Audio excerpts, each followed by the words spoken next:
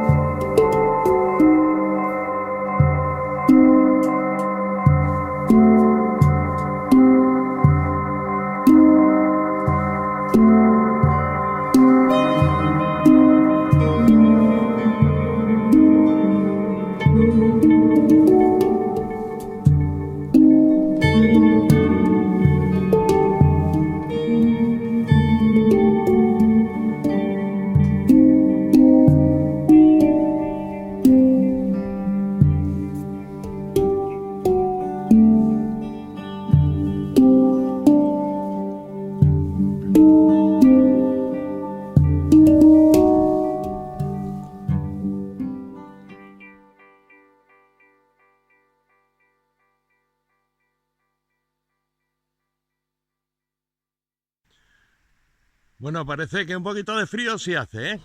Aquí los canámbanos de hielo lo confirman. Pelín de frío que hace, pero poco, no demasiado.